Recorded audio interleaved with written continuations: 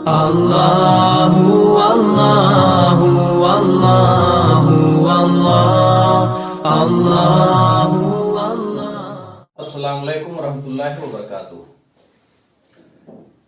मुसलमानों की जो हालत है हिंदुस्तान में या पूरी दुनिया में कह लें, तो हमें थोड़ा सा बेसिक या बुनियादी चीज़ों पे जाना चाहिए। अक्सर हमारी ये आदत है कि हम कहते हैं कि भाई ये तो आरएसएस की चाल है या बजरंग दल की चाल है या यहूदियों का चाल है या हार्डकोर हिंदुत्व की चाल है।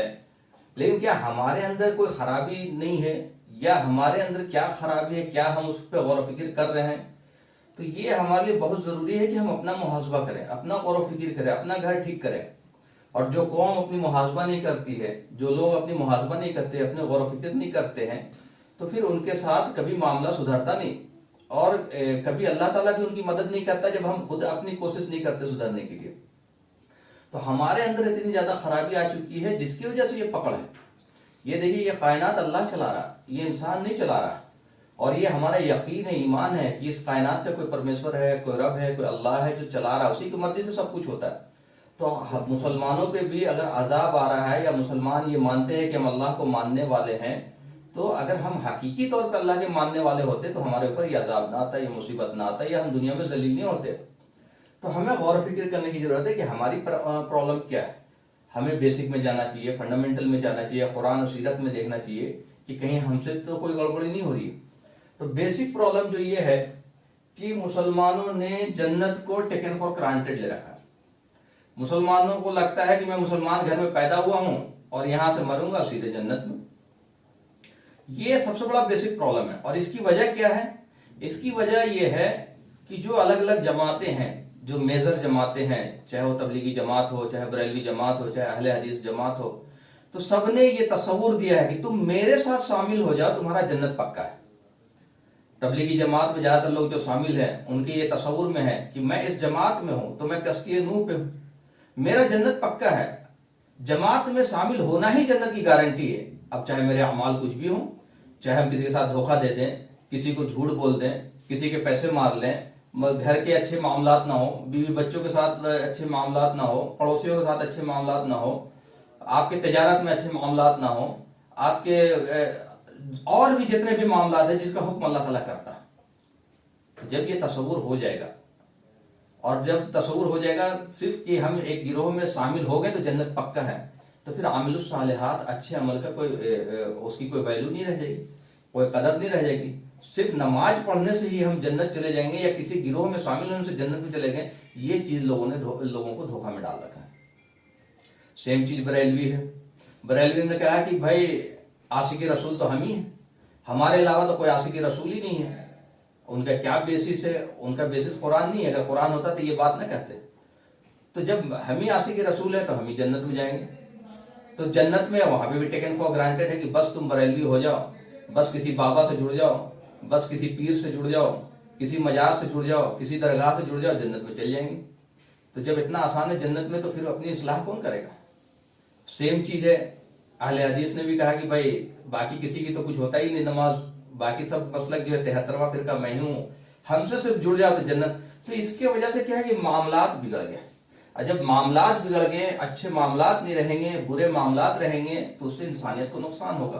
और जब इंसानियत को नुकसान होगा और हमारा भी नुकसान होगा और अल्लाह की पकड़ का वजह बनेगा। यही वजह बना हुआ अल्लाह की पकड़ का कि ना हम अच्छी बातों को फॉलो कर रहे हैं, ना अच्छी बातों को हम बता रहे हैं। और अच्छी बात बताने के लिए हमें जरूरत है कि हम कुरान की तरफ लौटें। अब जैसे एक आयत है सूरह मुदस्सिर की। सूरह मुदस्सिर की जो आयत है, इसमें 74 नंबर की 42 नंबर की आयत है। इसमें कहा गया मा सलककुम फी सक़र, औज़ु बिल्लाहि मिनश शैतानिर रजीम, बिस्मिल्लाहिर रहमानिर रहीम, मा सलककुम फी सक़र, कौन सी चीज है जो तुम्हें जहन्नम में लेके गई? तो जवाब देता है एक जहन्नमी जन्नती को, क़ालू लम नकु मिनल मुसल्लीन, मैं नमाजियों में से नहीं था। अब ये बात एस्टेब्लिश हो गई कि जो लोग नमाज नहीं पढ़ेंगे उनके लिए जन्नत नहीं है। अब आप देख लीजिए मस्जिदों का हालत, कितने लोग नमाज पढ़ते हैं? 80% लोग नमाज नहीं पढ़ते हैं, चाहे उनका जो भी एक्सक्यूज हो। बहुत सारे के तो ऐसे हैं कि बाबा ही कहते हैं कि नमाज मत पढ़ो, मैं ही तुम्हारा नमाज पढ़ दूंगा, नमाज पढ़ने की जरूरत ही नहीं है। बहुत सारे लोगों को तो यहां तक कहते हुए सुना कि तुम नमाज पढ़ ही नहीं सकते, नमाज पढ़ने के लिए तो बहुत बड़े काबिल लोगों की जरूरत है। ऐसी ऐसी उल्टी सीधी चीजें फतूर लोगों को नमाज से रोक दिया। तो ये चीजें गलती जो हो रही है उसकी वजह यह है कि हम कुरान से चीजों को जानने की कोशिश नहीं करते, हम बेसिक से जानने की कोशिश नहीं करते। ये हिसाब किताब का जो मामला है ये बिगाड़ा हुआ है लोगों ने। लोगों को लगता है कि बस जैसे अभी मैंने बताया कि भाई इस जमात में शामिल हो जाए, इस जमात में शामिल हो जाओ, या ये गिरोह में शामिल हो जाओ, जन्नत पक्का है। बचपन से भी हम लोग यही सुनते, एक और भी तस्वुर है जो हम सुनते आए बचपन से कि हमें दाहिने हाथ में अमाल नामा मिलेगा, हम जन्नत में चले जाएंगे। और हमारा ये तस्वुर था कि तराजू में मतलब सारी नेकी, हर चीज, नमाज, रोजा, हज, ज़कात, मामला सब एक तराजू में रखा जाएगा। जिसका पलड़ा भारी हुआ दाहिने हाथ में अमाल नामा मिलेगा और वो जन्नत में चला जाएगा। लेकिन यहाँ पे जो सूरतुल इंशिकाक में 7 और 8 नंबर की आयत है जो हमारे लिए आंखें खोलने वाली आयत है कि एक्चुअली हिसाब किताब होगा कैसे। इसमें कहा जा रहा बिस्मिल्लाहिर्रहमानिर्रहीम फअम्मा मन यूतिया किताबहु बियमीनिही फसौफा युहासबु हिसाबन यसीरा। बस जो लोग दिए जाएंगे दाहिने हाथ में अमाल नामा, हम उनका हिसाब लेंगे आसान। अब ये दाहिने हाथ में अमाल नामा जब मिल गया तो अब ये कौन सा हिसाब हो रहा, ये हमारे लिए बड़ी सोचने वाली बात है। अब तक तो ये तस्वुर था कि दाहिने हाथ में अमाल नामा मिलेगा और हम जन्नत में चले जाएंगे, तो ये कौन सी हिसाब की बात हो रही। तो एक्चुअली हिसाब जो है वो स्टेजेस में है। आप एक स्टेज पास करेंगे तो आप दूसरे स्टेज में जाएंगे हिसाब के लिए, दूसरा पास करेंगे तो तीसरा स्टेज में जाएंगे। तो जो हिसाब का तस्वुर है, जैसे अगर आप नमाज, रोजा, हज, ज़कात जो मिनिमम है टू क्वालिफाई एज ए मुस्लिम, अगर आप ये करते थे तब तो आपके लिए मीजान कायम होगा। जैसा यहाँ पता लग गया कि नमाज अगर नहीं पढ़ते थे या आपके बेसिक चीजें नहीं करते थे तो डायरेक्ट जहन्नम में। तो नमाज, रोजा, हज, ज़कात अगर आप नहीं करते थे तो मीजान ही कायम नहीं होना है। लेकिन अगर आप नमाज, रोजा, हज, ज़कात करते थे तभी आपके लिए मीजान कायम होगा। तो जब मीजान कायम होगा, जैसे हम आईएएस का एग्जाम देते हैं तो उसमें एक प्रीलिम्स होता है, एक मेंस होता है। आजकल बहुत सारे एग्जाम में हो गया प्रीलिम्स और मेन। तो जब तक आप प्रीलिम्स क्वालिफाई नहीं करेंगे आप मेंस के लिए नहीं अपियर हो सकते। लेकिन प्रीलिम्स क्वालिफाई करने का यह मतलब नहीं है कि आप फाइनली सिलेक्ट हो गए।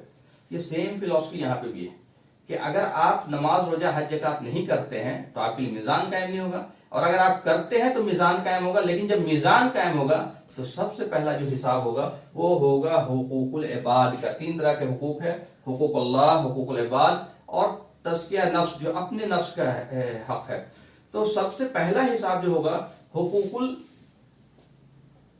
इबाद का होगा, बंदे का हक। बंदे का हक बहुत बड़ा, ये चीज बहुत बड़ी बात है कि बंदे का हक जो है वो सबसे पहले हिसाब लेगा। ये डिजिटल होगा।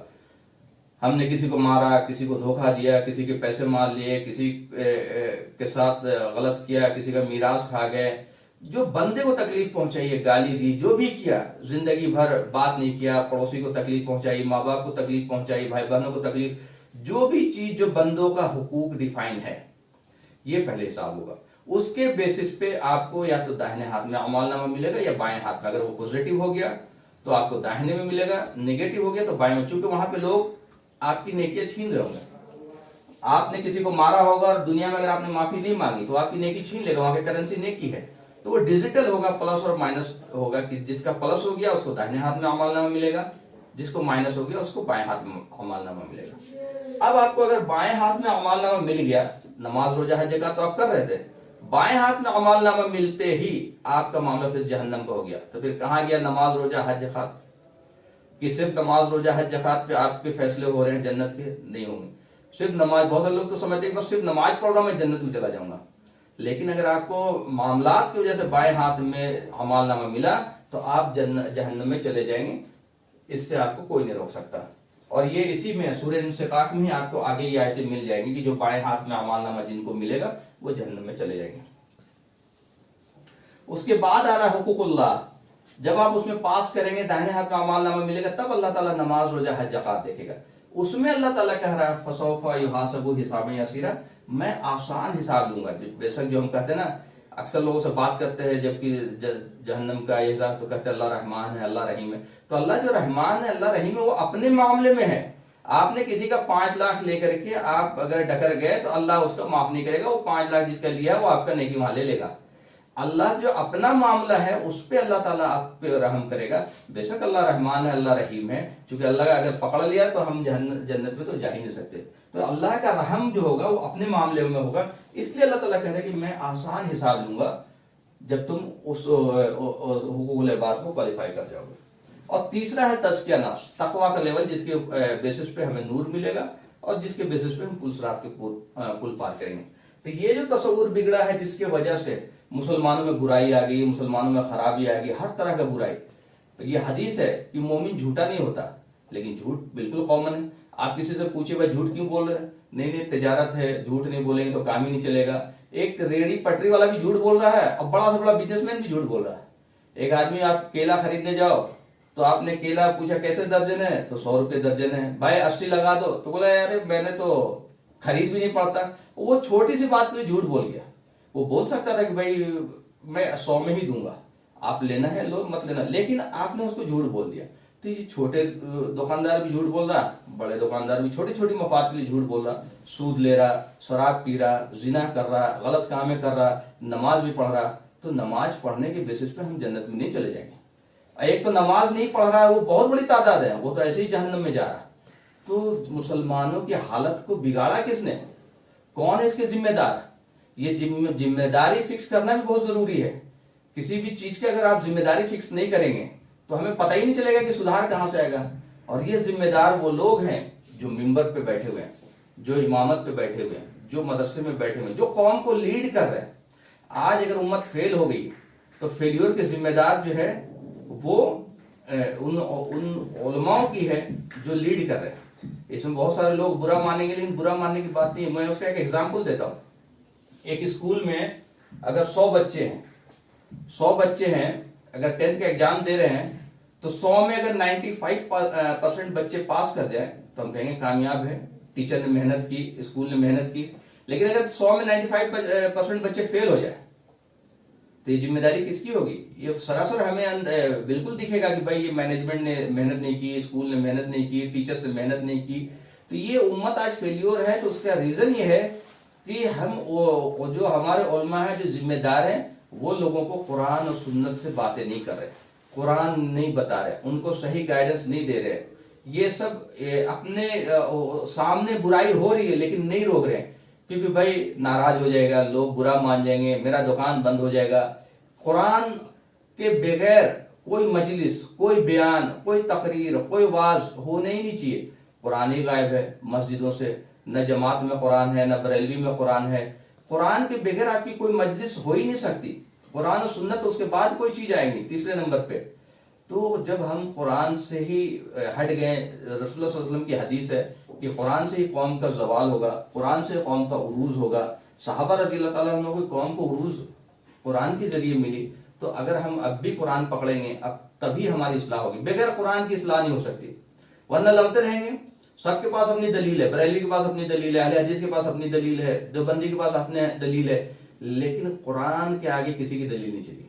जो हक बात है वो हक। हाँ, कुरान को भी थोड़ा बहुत जो लोग अपने अपने तरीके से ट्रांसलेट किए हैं वो एक अलग इशू है, लेकिन फिर भी वहां पे जब हम अरबी सीखेंगे, समझेंगे, एग्जैक्ट मीनिंग में जाएंगे और सीरत के जरिए समझेंगे तो वहां पे भी मामला हल हो जाएगा। तो हमें अपने आप को सिर्फ मुसलमान कहना है। ये चीजें आज के डेट में कोई आदमी अगर कोई बता रहा तो सबसे पहले दिमाग जाता है कि ये देवबंदी है, कि बरेलवी है, कि अहले हदीस है।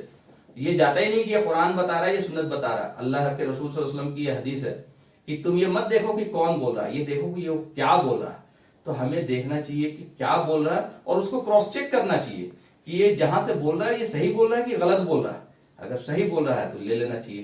तो हम हाइयर चीज को छोड़ करके छोटी चीजों पे लड़ रहे हैं, एक दूसरे को काफिर बोल रहे हैं कि भाई इसकी तो नमाज ही नहीं हो रही थी, ऐसे हमारे तरीके से नमाज नहीं पढ़ रहा थी, ये हमारे तरीके से नमाज नहीं पढ़ रहा।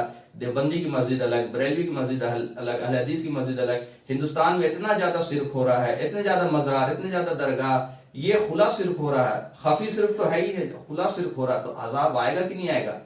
और हम छोटी छोटी बातों पे मतलब इमोशनल होकर के पूरा बयानबाजी करने लगते हैं, लेकिन जो असल चीज है, जो बेसिक चीज है, जो फंडामेंटल चीज है, वो हम अल्लाह की तरफ लौटते नहीं। और ये अल्लाह ताला का कुरान में है, हुक्म आता है बिस्मिल्लाहिर्रहमानिर्रहीम वलनुज़िक़न्नहुम अज़ाबुल अदना दुनिल अज़ाबिल अकबर लअल्लहुम यरजिऊन। हम छोटे छोटे अजाब उस बड़े अजाब से पहले चखाते रहेंगे ताकि तुम लौट आओ। लौटना किसकी तरफ? अल्लाह के रसूल की तरफ, कुरान और सुन्नत की तरफ। अगर हम नहीं लौटेंगे तो हमारे लिए बहुत खसारा है, और हमें चाहिए कि हम अल्लाह के रसूल की तरफ लौटें। और ये उलमा की सबसे बड़ी जिम्मेदारी है जो लीड कर रहे हैं, जो मेंबर पे है। मैं बार बार बोल रहा हूँ कि जो मेंबर से बोल रहे हैं, जो इमाम हैं, जो मदरसे में हैं, जो खतीब हैं, आप अगर हक बात नहीं बोल रहे हैं इस बात से कि मुख्तदी नाराज हो जाएगा, मस्जिद का मैनेजमेंट नाराज हो जाएगा, कहीं ये नौकरी से न निकाल दे कहीं, तो ये आपका ईमान ही खतरे में है। हमारा ईमान होना चाहिए कि अल्लाह पे देने वाला अल्लाह है, रिस्क देने वाला अल्लाह है। हम हर हाल में हक बात बोलेंगे, तो हक बात बताइए, लोगों को कुरान की तरफ बुलाइए, वरना फिर हमें संभलने का भी मौका नहीं मिलेगा अगर हमने अपने अंदर की सुधार नहीं की। हम दुनिया की तरफ बाद में देखें, लेकिन अपनी सुधार पहले करें। व आखिर दावाना अल्हम्दुलिल्लाहि रब्बिल आलमीन।